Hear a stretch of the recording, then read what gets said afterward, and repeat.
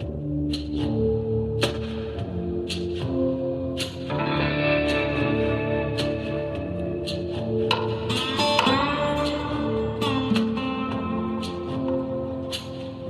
are listening to Texas History Lessons, a slow walk through Texas history made in Texas by a Texan for everyone, everywhere.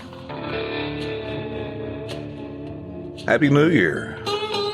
Thanks for listening to this episode of Texas History Lessons. Hope you had some black-eyed peas, maybe a little cornbread on the side, maybe a little ham thrown in there. I'm Michael, and with this episode, Texas History Lessons is launching a new series in addition to the normally scheduled lessons and bonus episodes that are already planned out.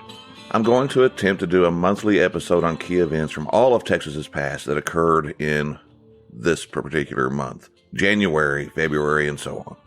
And as I've structured it, you'll kind of be joining me through a stroll through the Januaries of all of Texas history. If I miss something you find important, don't worry. There's always next January when we take another look at past events of January. Now, this is a very important month, especially for me, since both my mother and mother-in-law were born on January 6th and 7th of this year. I won't tell you the years they were born for their own sake. They might not want me sharing that, but it's very important because they're two wonderful people in my life, and they've been very supportive to me for all of my life. Not my mother-in-law. I met her a lot later, but I digress. Now, January is a month of extremes. In Texas, you can see the temperature reach 98 degrees like it did in 1997 down in South Texas near the border in Zapata, Texas. And then in 1959, it dropped to minus 22 at the Texas Panhandle's town of Spearman. And to reiterate the size of the state, to drive from Zapata to Spearman is an 11-hour, 49-minute drive without stopping to fill up for gas. That's 738 miles. Now, aside from the other holidays of New Year's and Martin Luther King Day, on the 19th, there are several interesting observances celebrated during this month nationwide. There's National Science Fiction Day on the 2nd, National Spaghetti Day on the 4th. The 9th is National Law Enforcement Appreciation Day. January 13th is National Rubber Ducky Day. National Beer Can Appreciation Day on the 24th. And it's also National Peanut Butter Day. So while you enjoy those days this month, I'm going to share a few historical highlights to add to your date book to think about as you journey through this month. We begin way back. If I had specific dates for the pre-contact era, I would share that. January right now would have been the time for the Karankawas to gather at their favorite fishing spots and catch the best and biggest fish of the year. The Caddo would have been hunting. They would have been out with their dogs, tracking down bears and killing them for their fat. The Humanos down in southwest Texas, the Transpecos, would have been getting ready to go on their trading missions in the spring. But we're going to start with the exploration era, where in 1540, on January 6th, Spanish Viceroy Antonio de Mendoza appointed Francisco Vasquez de Coronado to lead an expedition in search of the fabulous 7 cities of Cibola. Now, we're going to be looking at this expedition pretty soon, so I'm not going to get too close into it. As soon as we finish season 1 on Texas Before, we're going to jump into it. Let's jump ahead to the Spanish Mission era, where on January 23rd, 1762, the mission of San Lorenzo de la Santa Cruz was established at El Canyon, about halfway between San Saba and San Juan Bautista.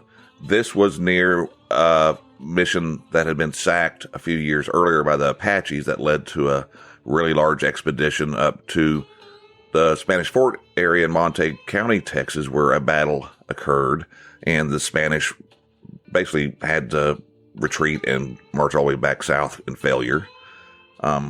This mission, San Lorenzo de la Santa Cruz, didn't have much success, as many of the missions didn't, but it did last until its closure in 1771.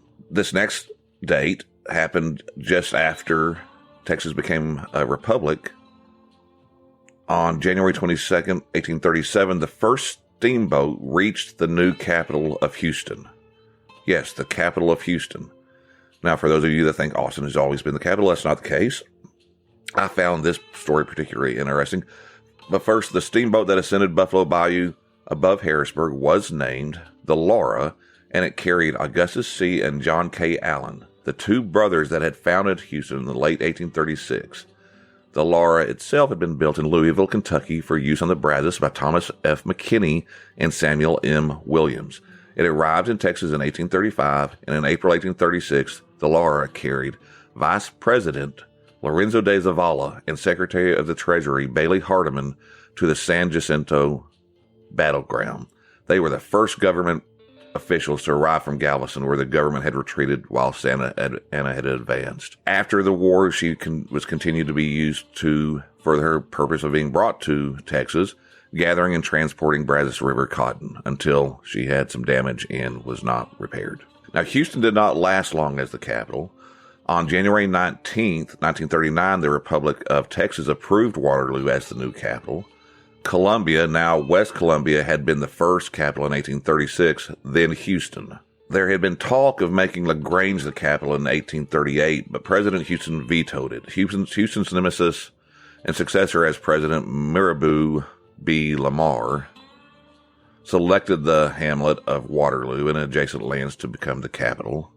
It wasn't a popular decision due to the area's remoteness from population centers being farther to the west and making it more vulnerable to attack by Mexican troops and Native American attacks. Houston disapproved, of course. He and Lamar rarely saw eye to eye on anything. This made Austin's early years very precarious, and there's some exciting stories. There was an archive war that went on. We'll get into those stories in the future. Now, the Republic of Texas faced many challenges, one of which had been annexation. Many people thought the United States would eagerly invite Texas into the Union, but this was not the case. The issue of slavery and the divisiveness of the time caused a delay until the 1840s, and after annexation, trouble did not go away. The Mexican-American War of 1846 to 1848 led to our next date, January 13th, 1847, the day the notorious John Gold Glanton entered in Walter P. Lane's company of Rangers for service in the Mexican War. If you're a fan of Cormac McCarthy's work, the novel Blood Meridian fictionalized many of Glanton's evil exploits after the Mexican War as the leader of a band of scalp hunters in Mexico. If you want a lot more detail into this, we'll get into it ourselves later, but if you want to find out a little bit more about John Joel Glanton and his murderous evil ways, check out the Bloody Beavers podcast episode on Glanton for all the grisly details, or just go read the book. Following the Mexican-American War and the establishment of the Rio Grande as the United States southern border, Presidio County was established from the Bear Land District on January 3rd, 1850.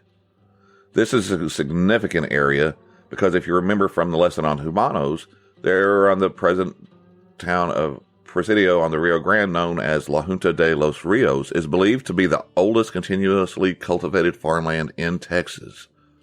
They had an advanced civilization there for many years before other places did, where they had agriculture and they were able to promote trade, much like the Caddos did also. Just enough people lived there in the 1850s to make it a county, and following its creation, people moved in to grow irrigated crops and graze herds on the Rio Grande in the 1850s and 1860s. As Texas grew as a state in terms of population, it also began to develop its amenities and technological necessities. On January 5th, 1854, the first telegraph company was chartered, the Texas and Red River Company. It opened for business in Marshall, Texas on February the 14th. Patrons could message with New Orleans via Shreveport and with Alexandria, Louisiana, and Natchez, Mississippi. In San Antonio, on January 31st, 1859, brewmaster William Menger opened his hotel.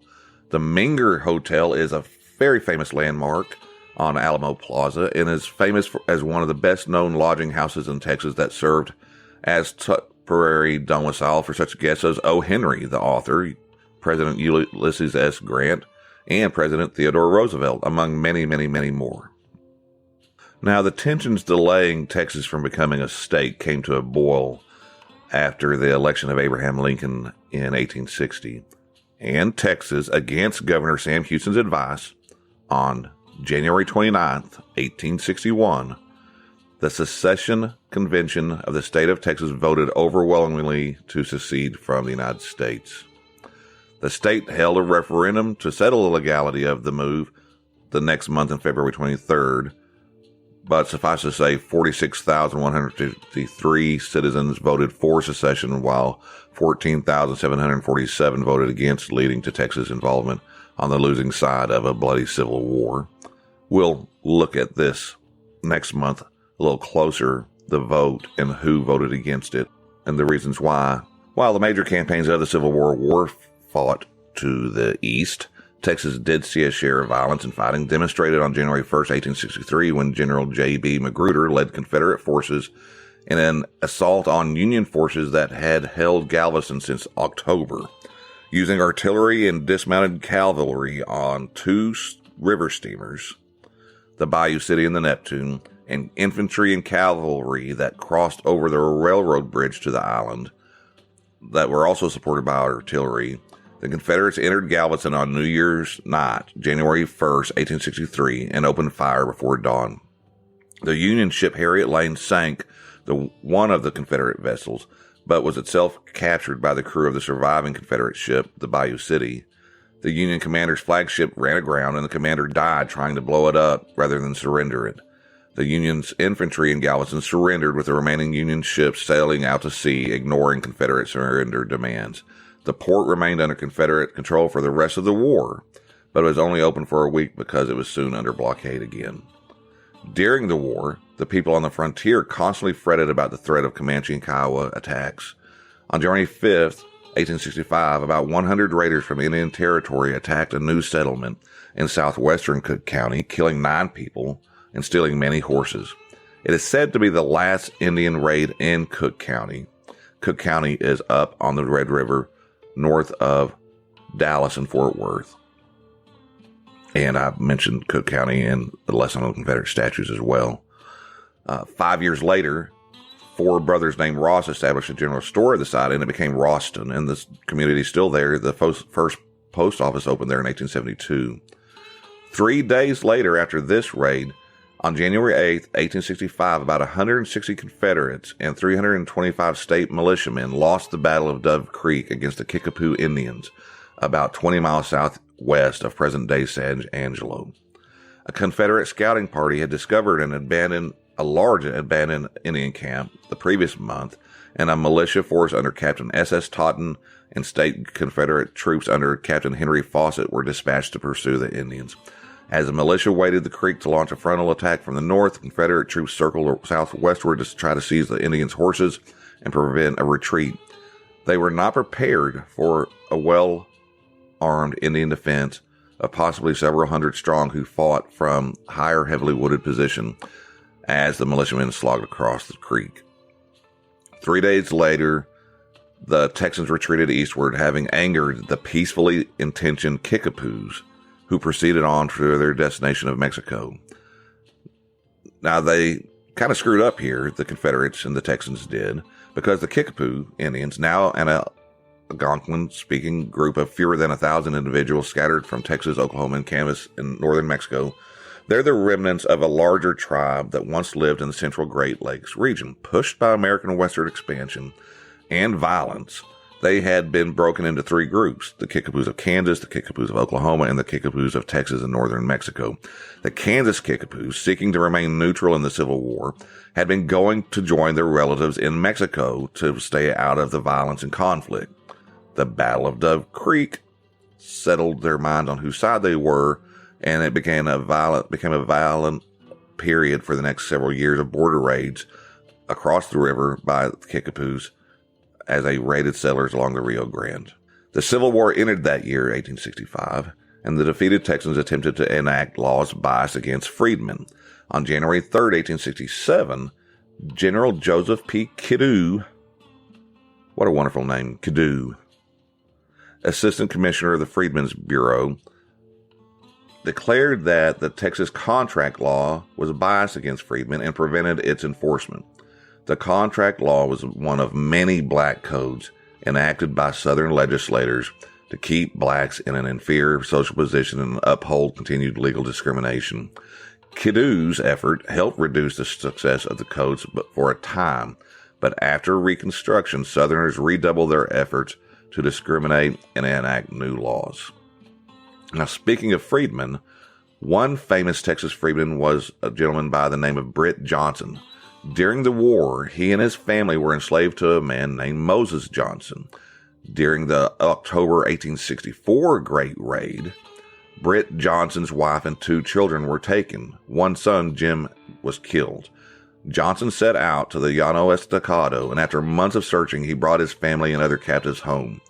Afterwards, he moved his family to Parker County, where he set up a business as a teamster hauling goods between Weatherford and Fort Griffin.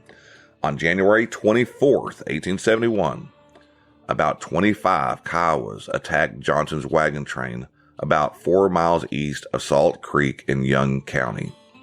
Young County is up in what they called Northwest Texas at the time.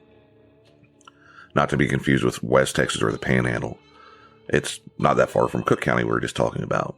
Accompanied by 2 other black teamsters, Johnson put up quite a fight. The men that buried the 3 counted 173 spent rifle and pistol shells. Their remains were placed in a common grave beside the road. Moving forward, the modern petroleum industry was born on January 10th, 1901, with the discovery of the Spindletop oil field on a salt dome south of Beaumont, Texas.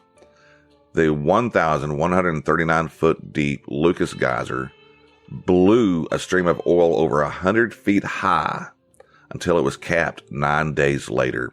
This single event brought massive change to Texas and the world. We'll drill deeper into the subject of oil in future episodes. But I'll add that many of the major oil companies like Texaco, Gulf Oil Corporation, Magnolia Petroleum Company, and Exxon Company USA were born at Spindletop or grew to a major corporate size because of their involvement in the Spindletop area.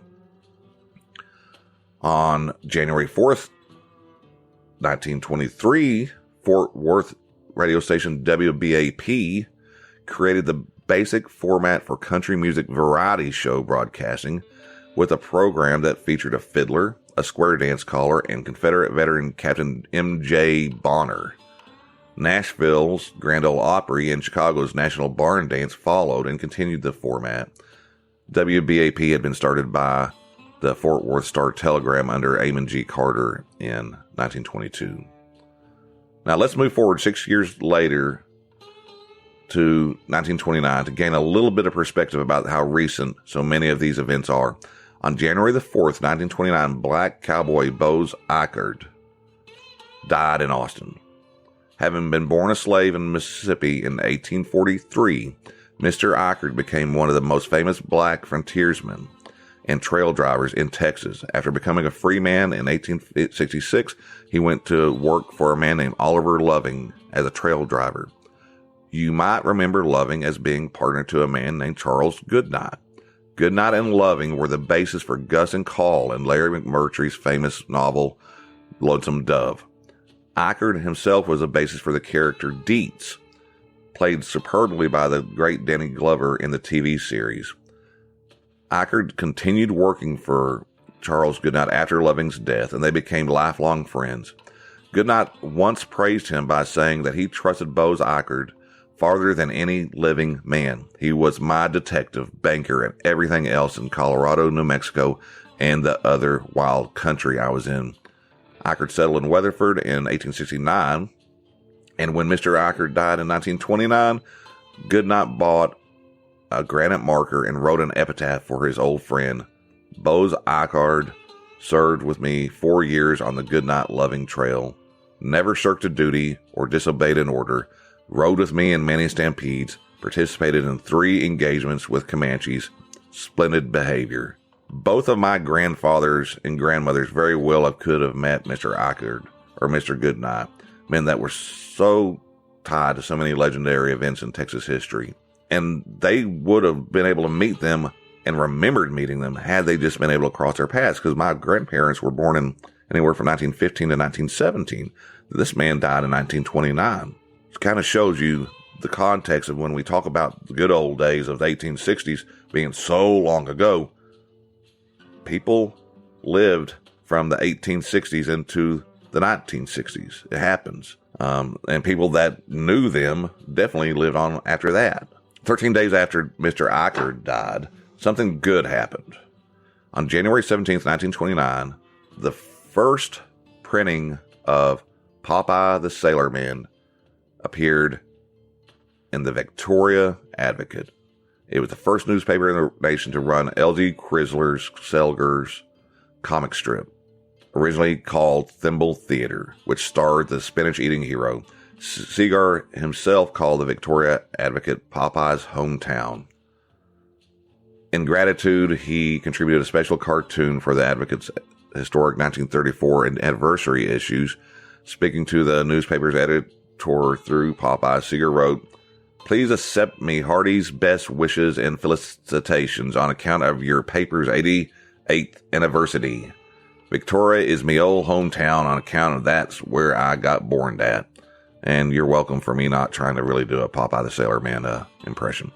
Musician Roger Miller was born in Fort Worth, Texas on January 2nd, 1936. With no formal musical training and apparently never learned to read or write music, Miller became a successful country musical artist. In 1961, he made the country top 10 as a performer with When Two Worlds Collide, a song he co-wrote with Bill Anderson.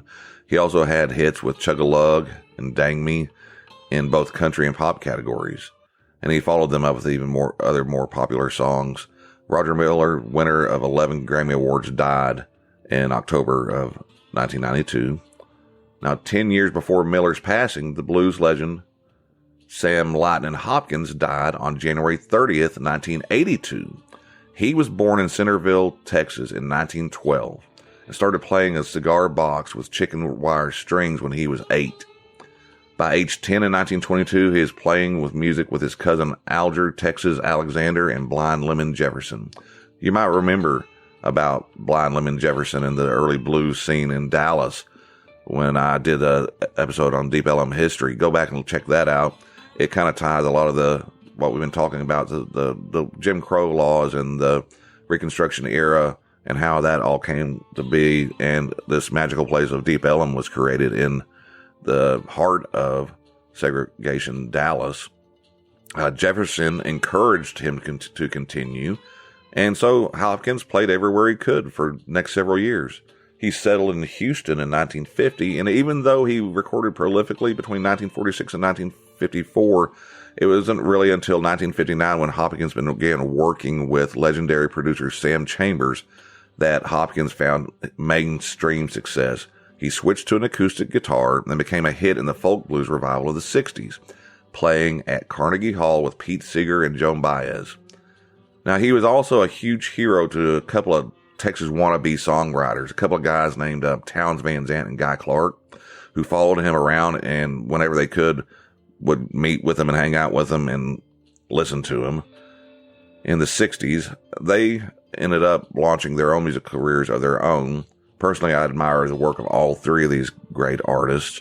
They all had great success and were really amazing writers and performers. Now, Van Zandt will close out with him, since there's a link to Van Zandt and Lightnin' Hopkins. I consider him to be personally one of the greatest poets and artists I've ever listened to. He himself died in January of 1997 on New Year's Day. His death came 44 years to the day after that of one of his other musical heroes, Hank Williams Sr. Van Zandt was only 52 years old. He's probably best known by cover versions done by Willie Nelson and Merle Haggard of his song Poncho and Lefty. Emmylou Harris made his song If I Needed You famous. A lot of other people have covered a number of his songs. And at the end of The Big Lebowski, that's Townes Van Zandt singing the Rolling Stones song Dead Horses, which is also a brilliant version that's available on an album called Road Songs. Now, I'm going to do detailed episodes on Lightning, Hopkins, Guy Clark, Towns Van Zandt in the future. And God willing, I'll be revisiting every one of the different events that happened in January in future episodes of Texas History Lessons and taking a closer look at all of these. But that's going to be it for this episode. Happy New Year to everybody. I want to close with a quote from To Live Is to Fly, one of my favorite Towns Van Zandt songs. 2020 was kind of rough on everybody, and we don't know what 2021 is going to bring about, but we're going to try to do the best we can. So be kind to one another. So here's a few words from Towns Van Zandt's song, To Live Is to Fly. And I'm not going to sing, and you're welcome for that. We all got holes to fill. Them holes are all that's real. Some fall on you like a storm. Sometimes you dig your own. The choice is yours to make. Time is yours to take. Some sail upon, some dive into the sea. Some toil upon the stone. To live is to fly low and high. So shake the dust off of your wings and the tears out of your eyes. Thank you for joining me as I walk from January to January over many centuries. I enjoyed this, and I am at work on many episodes for the future lessons at the moment. And adios.